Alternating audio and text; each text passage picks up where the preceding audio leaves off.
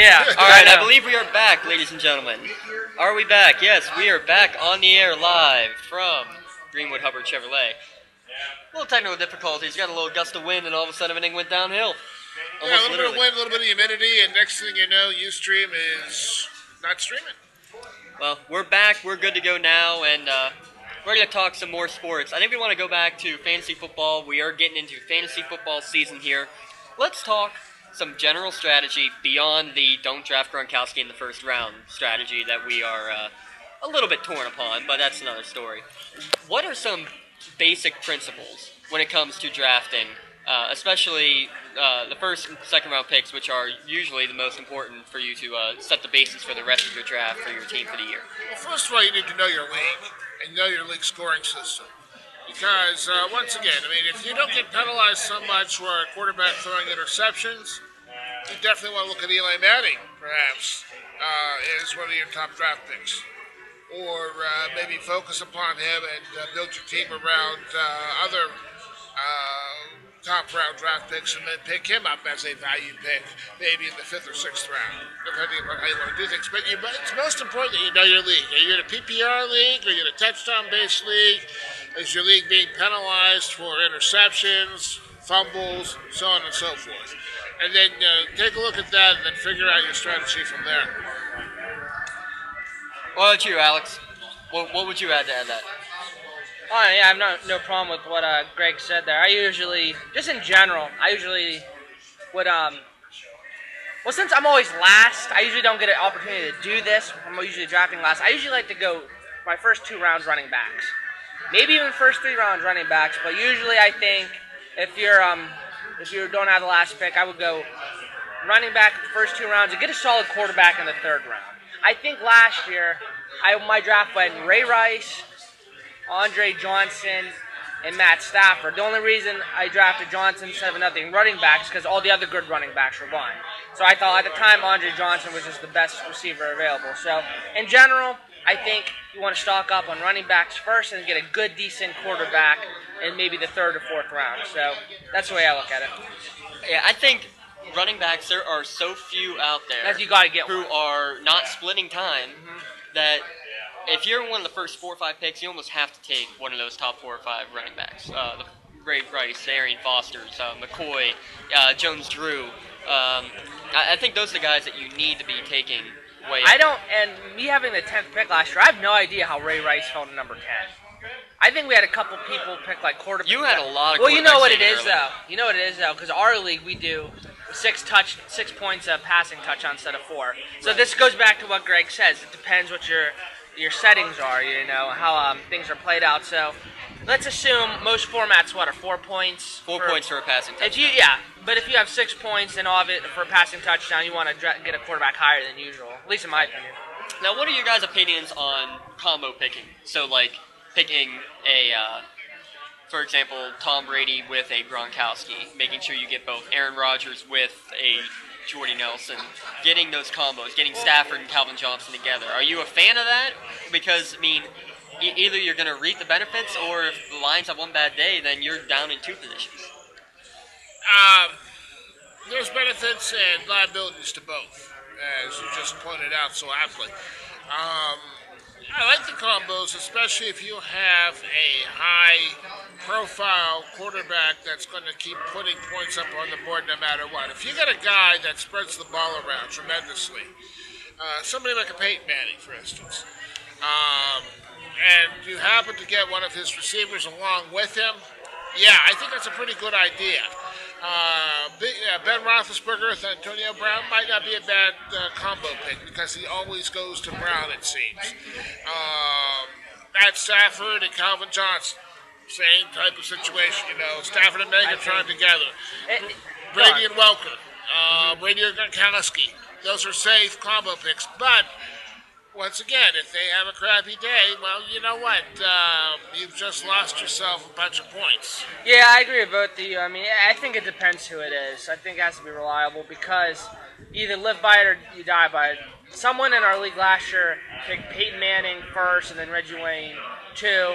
And even had Dallas Clark in there, you know what I mean? And look what happened last year with all those It was guys. the whole Indy team. So that made it tough. Usually that's not a bad pick, but last year. General rule, you're either going to cash in big or you're going to go bankrupt. So Right. you live by it or you die by it. It's just, you know what? When it works, it really works. You know what I mean? Yeah, but it's not an advisable draft strategy for everybody to like, okay, I'm going to do this. Because, once again, you can't set yourself up for failure. Just like you said, you mentioned the Indy team last year. Alex, a couple years ago, you drafted Tom Brady and Randy Moss together for their record-setting year. So It depends. It depends. That's the best way to answer it. But it's not something you want to do. I think it's something if I don't know. Maybe in the middle if it round. falls into your round, If falls into your lap. if all the chips fall into place, all the stars align, then do it. But don't go out of your way to do it. So at least that's the way I look at it. I don't blame you. Ask you this: give me a sleeper that you're seeing drop through the ranks that you don't understand why they're so lowly ranked. Why? Give me somebody who you're looking to take when everybody else is forgetting about him. I don't know. From where? From any position? Any position, but it was something that looks really. I mean, for me, I know who mine's gonna be. Alex Smith is so low on the rankings, and I really can't figure out why. Because he had a solid year. He doesn't have the greatest fantasy numbers, but with all the weapons that he's added, he's got 3 running backs that can all catch passes big time out of the backfield. You got Randy Moss, Manningham, along with Crabtree and Vernon Davis, who's been there. I just feel like they have so many weapons out there that his numbers can only improve, and he was starting for him by the end of the year because he was putting up solid numbers, and he doesn't turn the ball over. I'm surprised that he isn't more highly rated in most of the drafts and most of the expert books and everything that you see. I just feel like he doesn't really give us much of a reason, in my opinion, other than what happened last year. What do you have? Like 15 touchdowns? He had 20 touchdowns and like 6 interceptions. Is that it? That's it.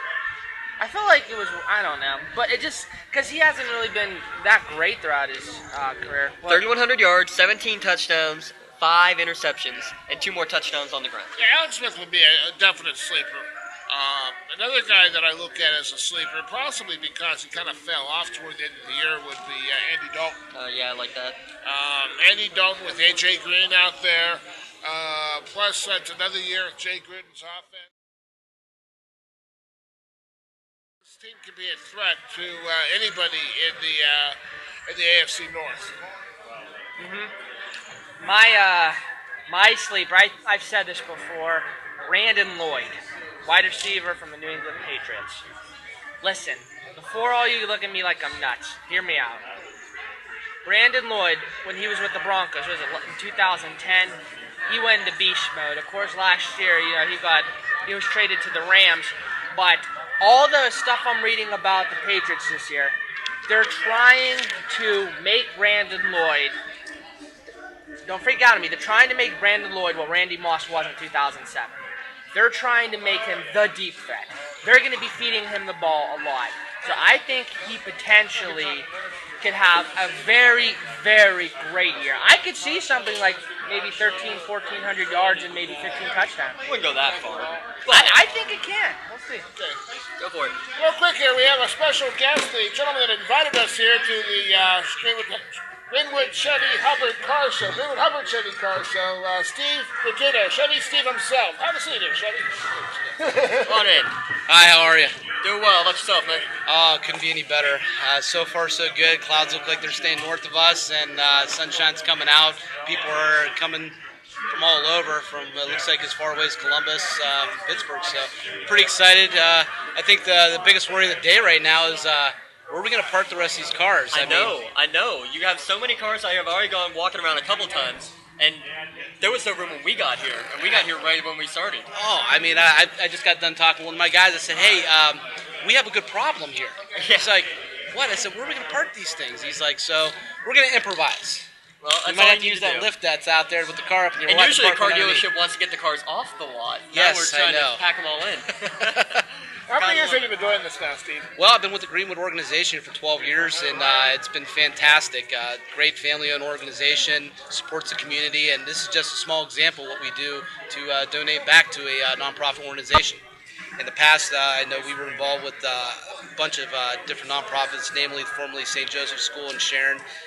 We did Corvettes with them for a number of years, and Mr. Greg, I believe you helped me with that. Oh yeah, we were the dynamic duo out there as far as selling tickets, and we also talked with Brian Bear with the Pink Corvette campaign, and he was instrumental in really making things work for both St. Joseph's School as well as a lot of things. Nice breeze here. So yeah, definitely, it was a lot of fun.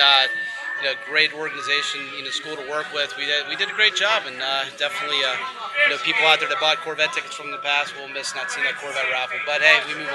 That's right. Well, we welcome you to 360 Sports Network. I know you follow us on Twitter and you follow us on our website here, and basically, now, do you do fantasy football at all? No, and I try to. My wife says the only thing I should be fantasizing about is her. So I guess, unfortunately, time. But I hear everybody talking around work here, and man, it's I just need to find a little bit more time to do it. So. Well, listen, we want to thank you for inviting us out here. This is a great organization.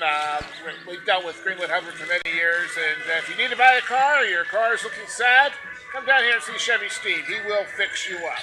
And just for everybody to know, you can visit my website, ChevySteve.com, and also our website for Shenango Valley Corvette Club.com. So that's Shenango Valley Corvette Club.com for everything new and exciting that we're doing as a club. So definitely check us out. We're also on Facebook. You'll find us there too. All right, excellent. Steve, thanks so again, much. Greg. Thanks, guys. Thank you very much. All right.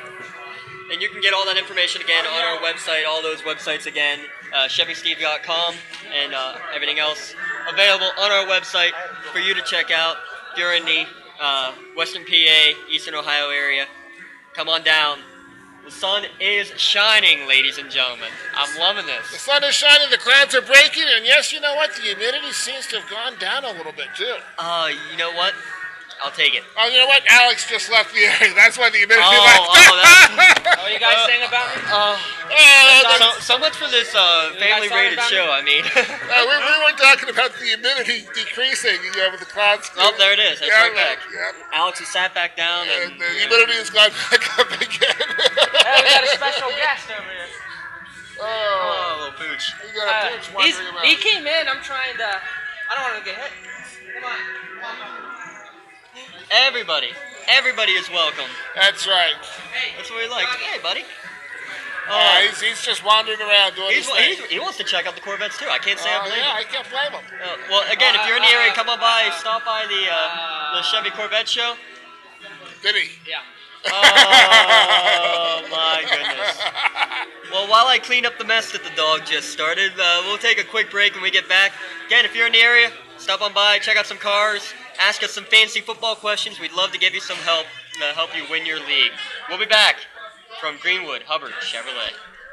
360 Sports Network is broadcasting live today from Greenwood Hubbard Chevrolet in beautiful Hubbard, Ohio, for the Classic Car and Corvette Show. Stop on by to check out some of the greatest Corvettes in the area, beautiful cars out here, and of course to talk sports with the 3SN crew. Thank you to Chevy Steve and all of Hubbard Chevrolet for letting us partake in this great event. Thank you.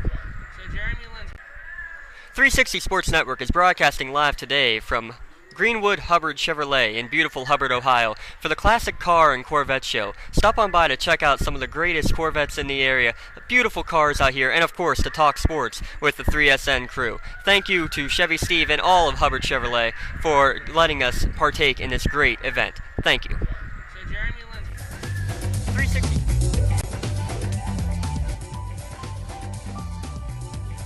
Need a place to go to watch the game? Looking for a great game day atmosphere that hosts great food, great service, and the most variety of craft beer in town? Then come on down to the Green Room Bar and Grill in Newcastle, where the beer is always cold and the best wings are right here. The specials every night, there's always a good deal waiting for you at the Green Room. Come out on Mondays for $2 23-ounce domestic drafts from 7 to 9. Tuesdays, burger nights. It's by $5 burgers from 7 to 9 p.m.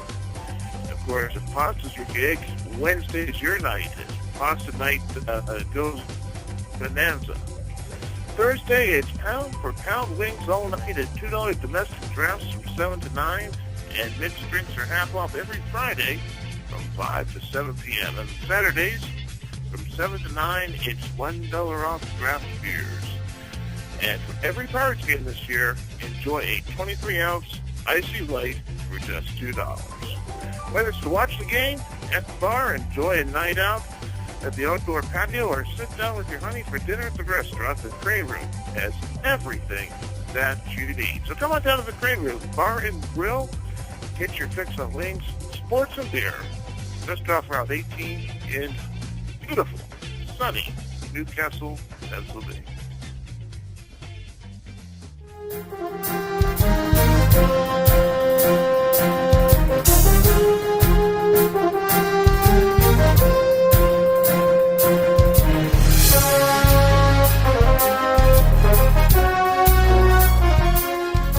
Welcome back to 3SN Live at the Corvette and Classic Cars Show. Greenwood Hubbard Chevrolet.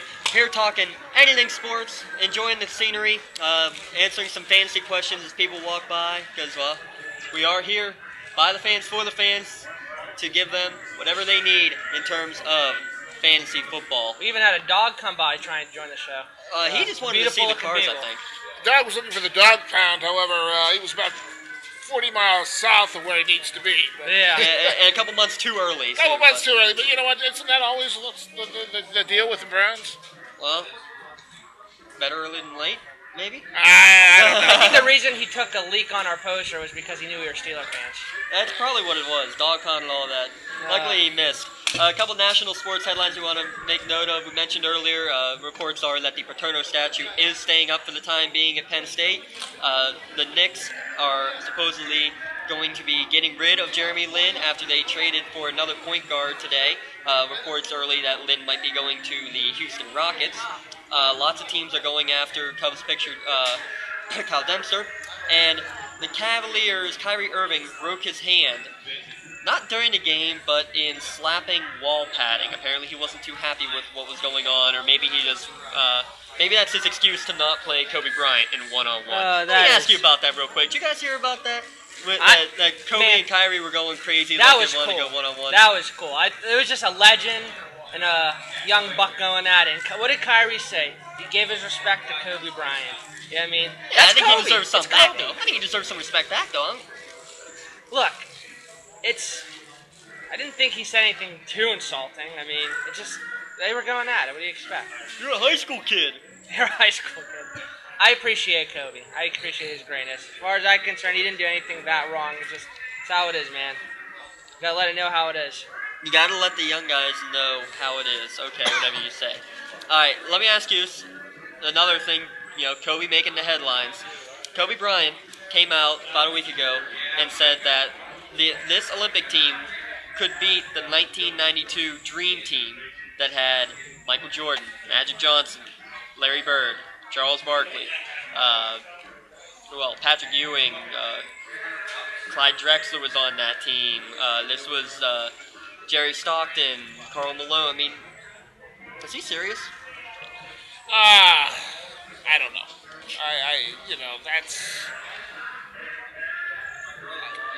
I think a lot of the NBA and a lot of that comes out of his mouth is hype.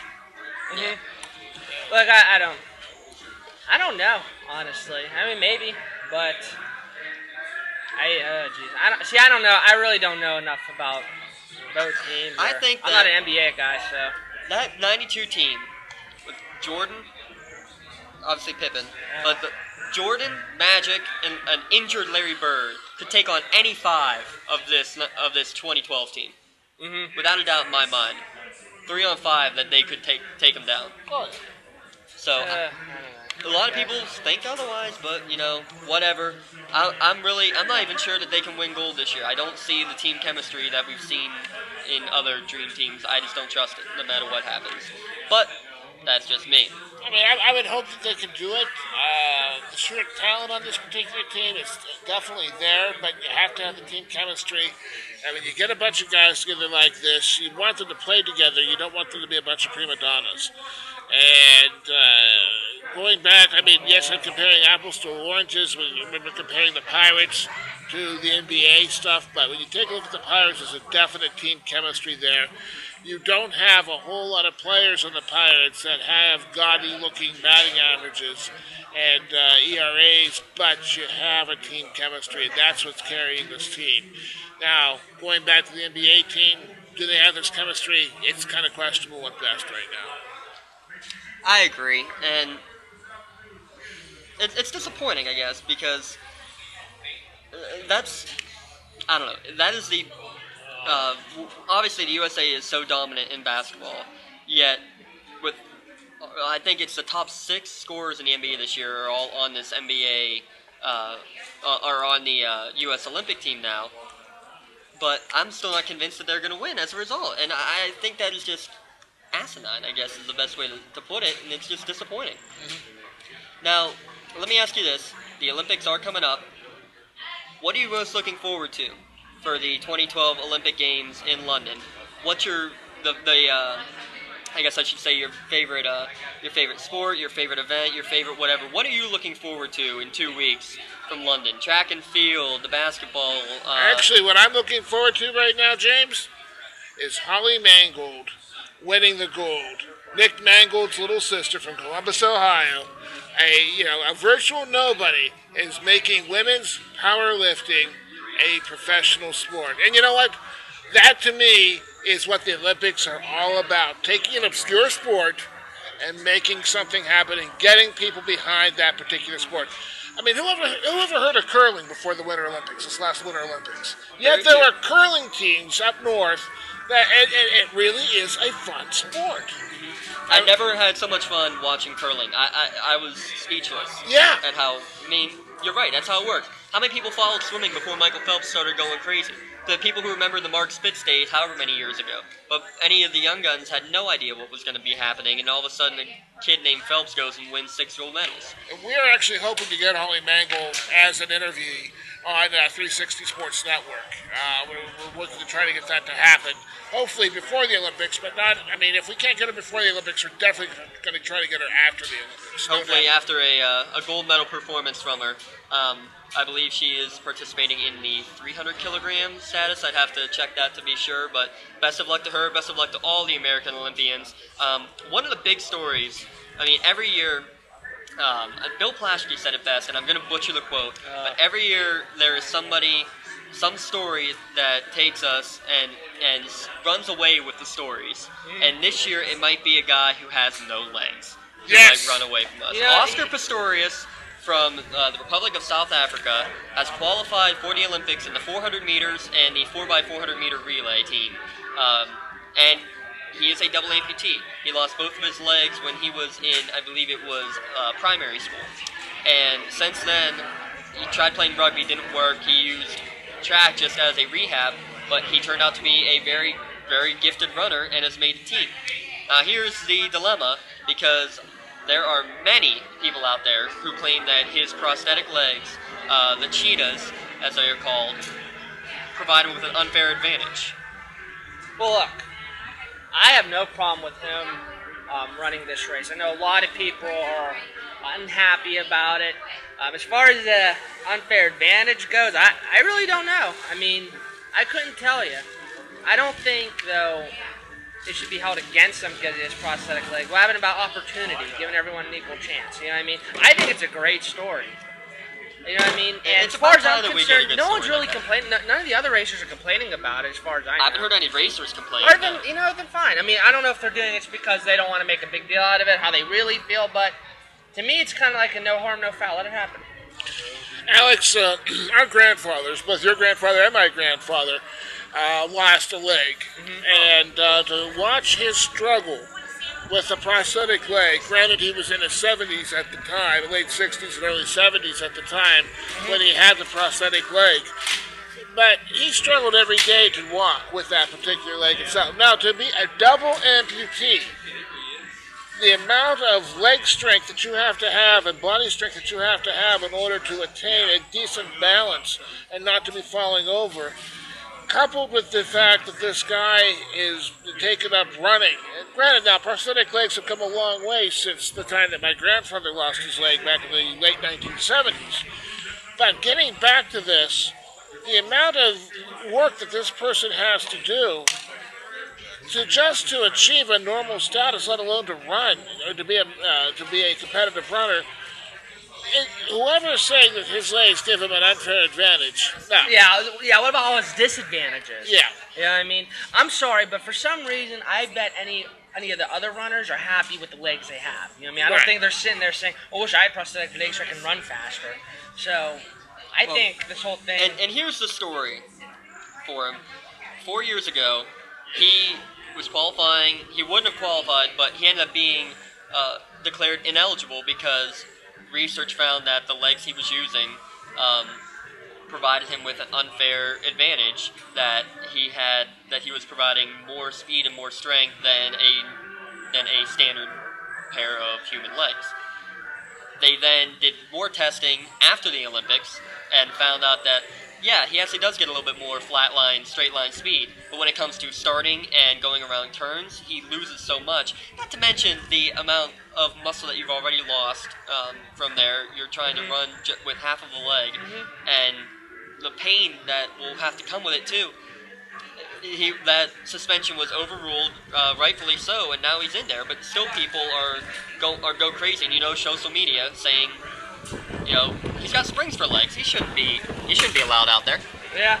We're always going to run into those people that will always they're going to say things about that. How about the golfer that had to ride in the golf cart on the major championship runs versus walking? They said that riding the golf cart gave him an unfair advantage.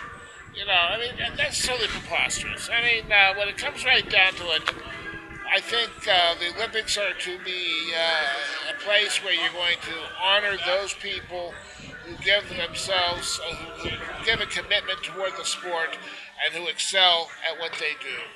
And that's the bottom line. Let's keep the Olympics pure. When I say keep the Olympics pure, let's keep social media out of this thing as far as the church of what's happening now. Oh, this guy's got more of an advantage because he has carbon fiber legs. Let's take a look at the whole history behind what this person's going at. Let's not just take a look at a certain segment of what everybody's saying. Right. I agree. You know what, though? Well, everyone's going to be wondering about this story come time for the race to begin. So, makes for a good story. We'll see what happens. Yeah, we'll have a full update as we get close to the opening ceremony of the Olympics. But I think you said it best. The other athletes aren't worried about it. They don't see any unfair advantage. He's probably not going to be a medal contender, but it is a great story. I think it's amazing. How do you argue, though, to this? Some people say he has his own Olympic Games, the Paralympic Games. Stay there. How do you respond to that? Like I said, it's kind of a more no harm, no foul type of thing. If still no one else is having a problem with it, if no one else is having a problem with it, why not? And to say that somebody has a Paralympic Games versus regular Olympic Games, then you would be all for Negro League Baseball versus regular baseball. You're for segregation. Are you for segregating an athlete just because? No, this is complete and total utter crap, as far as I'm concerned. I agree. And why do you think that why are so many people making as much noise about it? I'm surprised we're even talking about this controversy. It kind of seems like there should be no controversy. Why is everyone so upset about this? Why is this even happening? What's going through people's minds? Couldn't tell you. Well, it's people being afraid of something different. What would the storyline be if the guy that had his legs amputated, let's say that he was a Special Olympian. Let's say that somebody would say, well, he has a Special Olympics. He doesn't need to compete in the regular Olympics. But you know what? A Special Olympian, if he can qualify for the Olympics, God bless him. Right. Okay, just as much as a guy that is a Paralympian, if he can qualify and be part of the regular Olympics, God bless him. You know what? This is all about not making people separate but equal. This is about keeping everybody as human as possible. I like that way. I like the way you said that. That's very well put. The only possible thing that I could add to that And the only even remote close possibility that I can understand where someone's coming from is the fact of level technology in terms of all the competitors. Saying, well, this guy's allowed to use these quote-unquote spring shoes, then a racer who has full limbs should be allowed to use those same spring shoes as well. That's the only possible argument that I could see anybody even trying to gain water with, and I don't agree with it either, because it's not giving him an advantage, it's leveling the playing field and showing off his true capabilities. Right. That's all. If he wins this, expect to hear a lot more from us. Oh. A lot more from everyone else. His relay team in the World Championships last year, which he was a part of, he didn't race in the finals, he raced in the qualifiers, finished second. So he could be a medalist. He's the first amputee ever to compete in the Olympics. He will also compete in those Paralympic Games, and he's definitely a gold medal favorite in the Paralympic Games and an outside shot of the medal in the Olympics. So best of luck to you, Oscar Pistorius. We're behind you, and most of the world is also behind you. Ignore the ones who say they aren't because, well, They never were behind me. They never were behind anything like that, and that's just a disappointment. We're going to take one last quick break. When we come back, we're going to sign off here from the Corvette and Classic Car Show here at Greenwood Chevy in Hubbard, Ohio. We'll be back. This is 3SN Live. It's broadcasting live today from Greenwood Hubbard Chevrolet in beautiful Hubbard, Ohio for the Classic Car and Corvette Show. Stop on by to check out some of the greatest Corvettes in the area, beautiful cars out here, and of course to talk sports with the 3SN crew. Thank you to Chevy Steve and all of Hubbard Chevrolet for letting us partake in this great event. Thank you. 360 Sports Network is broadcasting live today from Greenwood Hubbard Chevrolet in beautiful Hubbard, Ohio for the Classic Car and Corvette Show. Stop on by to check out some of the greatest Corvettes in the area, beautiful cars out here, and of course to talk sports with the 3SN crew. Thank you to Chevy Steve and all of Hubbard Chevrolet for letting us partake in this great event. Thank you.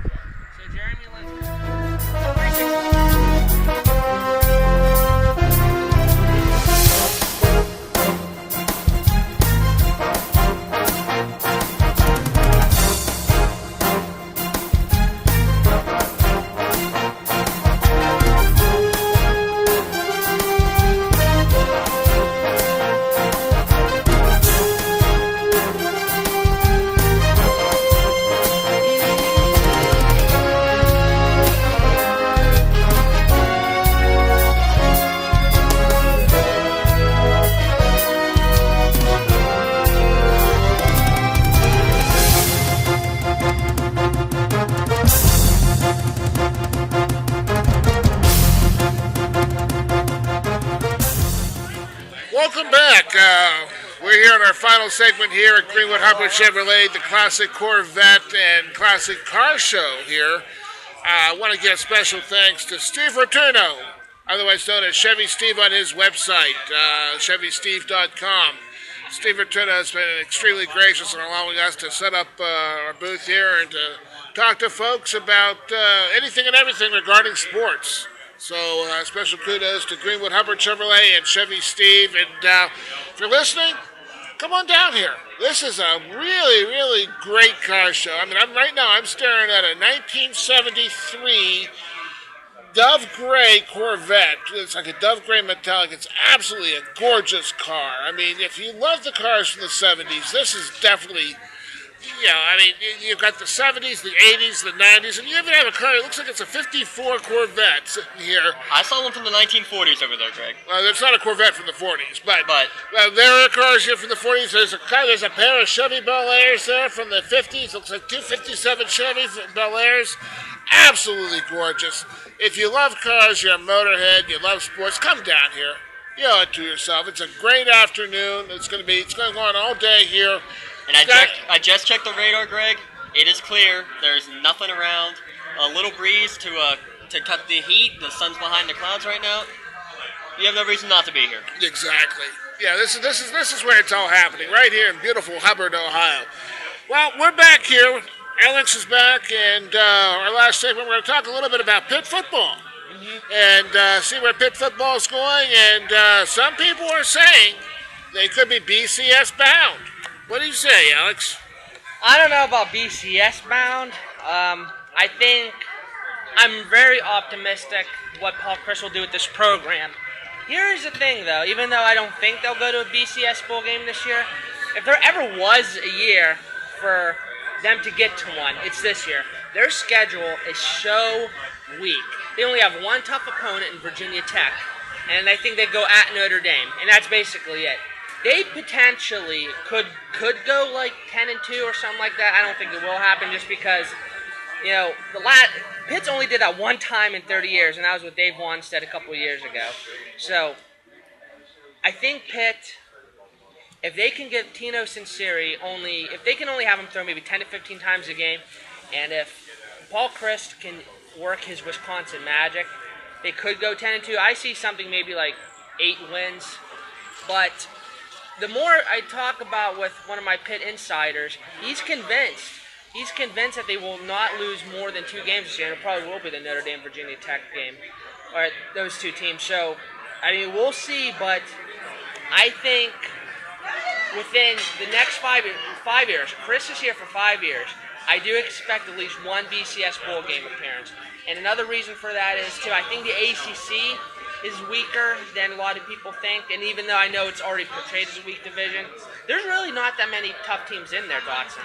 I know there's people call Clemson a good team, but look what West Virginia did to Clemson in the bowl game. And Pitt, as pathetic as they were, hung around with West Virginia. You know what I mean? So, I don't know. I think Paul Chryst is going to finally get this team back on track for the first time in, 30 years? I think he'll get them to respectable 10-win seasons, even though Dave Wanstead did do that for a while there. So I think if there ever was a time for Pitt to go to BCS bowl game, it will be this year, and I am predicting at least one BCS bowl game appearance under head coach Paul Chryst. What do you think their record finishes this year? They'll get like 9-3, 8-4?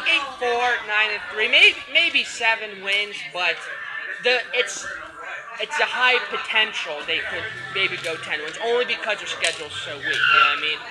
So, the missing link, the weak link on this team is Tino Sinceri.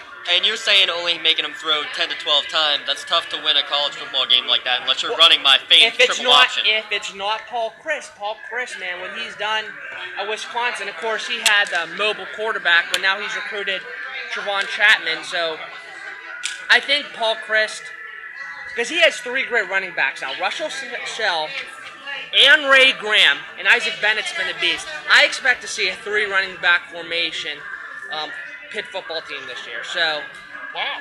I really do. So I think this year is going to be glimpses of something special in the future. And you guys know me, I'm a big Pitt pessimist. You know what I mean? I know you are. And as much as I love them, man, I really think You we're gonna see knew something. like, in that Cincinnati game when they were up 35-14 I knew it. and they gave up a kickoff return for a touchdown. I knew you it. said it was over right there. I know. I can tell you what plays are going to run, how things are going to unfold, what calls Dave Wanstead was going to make. It was just, I know it happens, and Well, I think it was more of a Dave Wanstead issue than it was a Pitt issue per se. So hopefully Paul Chryst will bring some I think he stability. They definitely need stability after. Who was that guy that left in the middle of the night, tweeted to his players, good luck? I don't want to remember his name. wait. I forgot his Was that name. Todd Graham. We're talking Todd Graham. Oh, yeah, Todd Graham. Oh my yeah. gosh, yeah. You know what? Though, do you blame him? I mean, No, think about this. You just realized what you just said. no. Do you blame Todd Graham Yeah. for leaving in the middle Do of you the know why night, he tweeting his said? players? Do you know why he said he left Pitt? He's like, well, let's see. I could either go to Arizona State, where at this time of the year there's girls in bikinis laying at the pool, or I could stay at Pitt, where all the fans hate me and treat me like crap and harass my wife via Twitter. First, I thought Graham was a sleazeball. I still think he is kind of a sleazeball. I would have at least addressed his players. You know what I mean? Well, I thought what was really, really bad about it was his acceptance speech at the Arizona was the same. was the thing. exact same speech that he gave when he was at Pitt. We're gonna put the hammer down. We're gonna be high octane. We're gonna put our foot on the pedal. Never let up. And talk about character. How about character? And a year from now, I'll be saying this same speech. Gonna make Who you knows look at where? me. Or wherever I'm at. Exactly. Hey, let's switch gears here. Talk a little bit about Penn State this year. Dotson, our Penn State insider, what do you see right now going on with Penn State, obviously with the new coach and the new system? So far, the Bill O'Brien era is starting off really well. We talked before how Penn State was losing lots of recruits, and naturally so after the Sandusky scandal. And since then, though, he's brought in as many recruits as any other team in the Big Ten. He's bringing in not only recruits, but quality recruits. He is selling the university. He's not selling the football program. He's not selling himself. He is selling the university, and the kids are listening. One of the guys I want you to keep an eye out for, because they've lost 2 wide receivers. They lost Davon Smith, their all-around guy, their short, fast guy, and they lost Curtis Drake, the one of their Wildcat wide receivers. Keep an eye on this kid named Alex Kinney. You're probably going to see him either as the number 2 wide receiver this year or playing out of the slot. He had moved to cornerback in the Joe Paterno era. Bill O'Brien came in, moved him immediately back to wide receiver. He is the most improved player in camp, the most outstanding player in camp, and he's going to be getting a lot of catches this year from Matt McGloin, not Rob Bolden, I will promise you that. Keep an eye, remember that kid's name, Alex Kinney. You're going to see a lot of him this year. And as for the rankings and the schedule, they don't have a terribly tough schedule, but I mean, they're good for an 8-win year, I think, based off of who they have. It's just how fast can they get into this new system. If Bill O'Brien's system works the way that it's supposed to, and the way that everybody's talking about it right now, an 8-win season, if not more, is very possible. But I'm gonna be conservative and say 8 wins for the Nittany Lions. Okay, now, we've talked about Pitt, we've talked about Penn State. There's one program we have not talked about, and it has a new coach. Nope. Urban Meyer at Ohio State. Who cares? They're not going to a bowl game. Their season's over. There you go. That's true, though. Yeah, because they have a 1-year postseason ban. They cannot go to the Big Ten championship either, so they can win the. They are in the. I got to think about this. They are in the leaders division. Here's my question. How long will it be till Urban Meyer gets his NCAA violation, just like everyone else? Just like any great college football coach nowadays. Think about it. Really? Seriously, if you're a good football coach, you're going to get a violation. But did Joe Paterno get an NCAA violation? No. Yeah, I got something worse. But Well, no, but it's not NCAA. all right, how about this? Till his downfall. Something always happens. You know what I mean? Bowden's lost wins. Obviously, we've been talking about what happened to Paterno. Urban Meyer is walking into something, but there's been questions on that. Jim Tressel had his issues. Rich Rod got, when he was in West Virginia, had violations or something. And every big name coach in college athletics is getting some sort of questionable conduct. Why do you think that is? They're the targets. Is it the desire to win? Do they feel like they're above?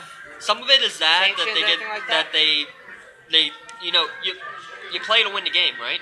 I think that's part of it, that they'll do whatever. Some of it is, I know Paterno committed a violation without even realizing he did it. But it was like a hand slap, the thing when he was walking by and watched kids playing football on a volleyball court just as he was walking by the dorm rooms.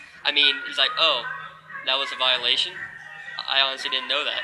Yeah. That wasn't a big deal. But the point is, it's just, you know what I mean? It's like, what's going to happen now? Between trying to get that extra edge or just not realizing something has gone wrong, or just, if you're not cheating, you're not trying, some people say. Mm-hmm. I don't agree with that, but that's the way people do. You try to bend the rules until they break. You stretch it. Not in college athletics. I don't like that idea. I don't like it, period. I don't care if it's in college athletics. Well, I think it shows that there's 2 types of coaches out there. You have the sign balls like the Todd Grahams, and then you have coaches that are above board. And as much as I could, you would hope to say, I always thought that Jim Tressel was an above board type guy, but, there's always a violation out there that's lurking around the corner that's going to get somebody if they're not careful. So, some of the Tressel conduct, even back to the YSU days, you just could tell something was going to catch up with this guy.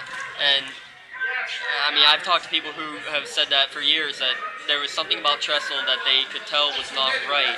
And then stuff like this comes out, and then, well, hey, look, Now Tressel's what? Teaching in Akron, doing something weird like that. Something like that. I don't know if he's still part of the Colts staff or not, but as a replay assistant manager person, Yeah, who knows? I don't think he is. I think he's... he'll find a job He'll find somewhere. I'll something. guarantee you that. Now, here's my question.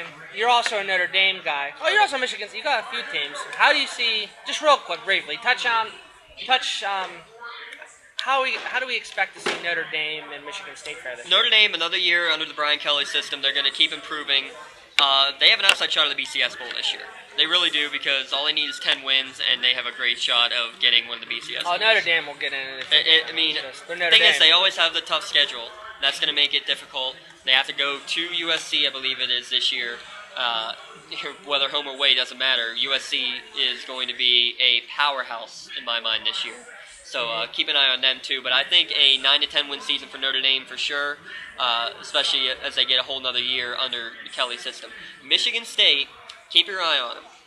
Their opening game, they host Boise State. That, in my mind, could be the game of the year. And because Michigan State, if they win that game, they have a very good chance. They have their tougher games at home this year, including Ohio State and Notre Dame, both at home.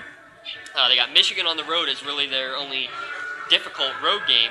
They could be looking, if they beat Boise State early, they have a very legitimate chance at being undefeated going into the Big Ten championship.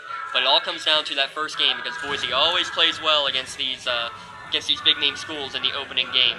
So, and Michigan State has a quarterback who's going to be making his first start.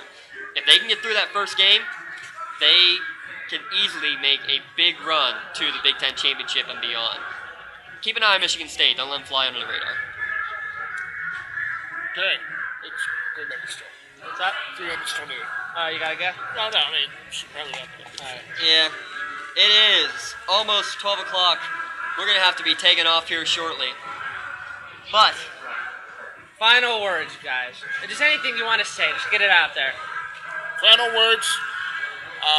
I'm incredibly proud of our 360 Sports Network crew, and I'm incredibly proud of where we come from and where we're going. And we're going to be looking for some sponsors, to do some radio programming down the road. And we want to thank Chevy Steve for inviting us down here to Greenwood Hubbard. And hopefully, maybe we can be talking more about Greenwood Hubbard Chevrolet in the future. On that note, it's been a great car show, and thanks Chevy Steve and Brian Bear with his Pink Corvette campaign, and best of luck to both of them. And so that's where I'm at. I would have to agree. We started out as 360 Community Sports, working at a small coffee shop in Boardman, Ohio. Caribou Coffee, to be exact. And so we went from to where we are now to doing working press conferences, to doing car Live shows, spots. to live sponsorships, and looking for more sponsorships. And then the glue that put us all together is when we picked up James ! Dotson. The value Dotson. The valued Dotson. value. So we've said this a million times. 3SN, we're not a website, we're not a blog. We are a group of everything, of websites, of radio stations, of sponsorships, all together to give a voice to the voiceless, being by the fans, being for the fans, giving you everything that you, the fan, needs to enjoy sports that much If more. you're a frustrated fan and you just want to tell the Pirates what you think, or tell the Browns what you think, or you just want to tell the world what you think, If you're sick of SportsCenter and ESPN like we are, this is your site. Just like a Tebow Mania and Linsanity Right. and All Penn that. State. Just keep it clean, and you can post, and you can blog right with the rest of us. that's the whole 360 concept right there. That's it.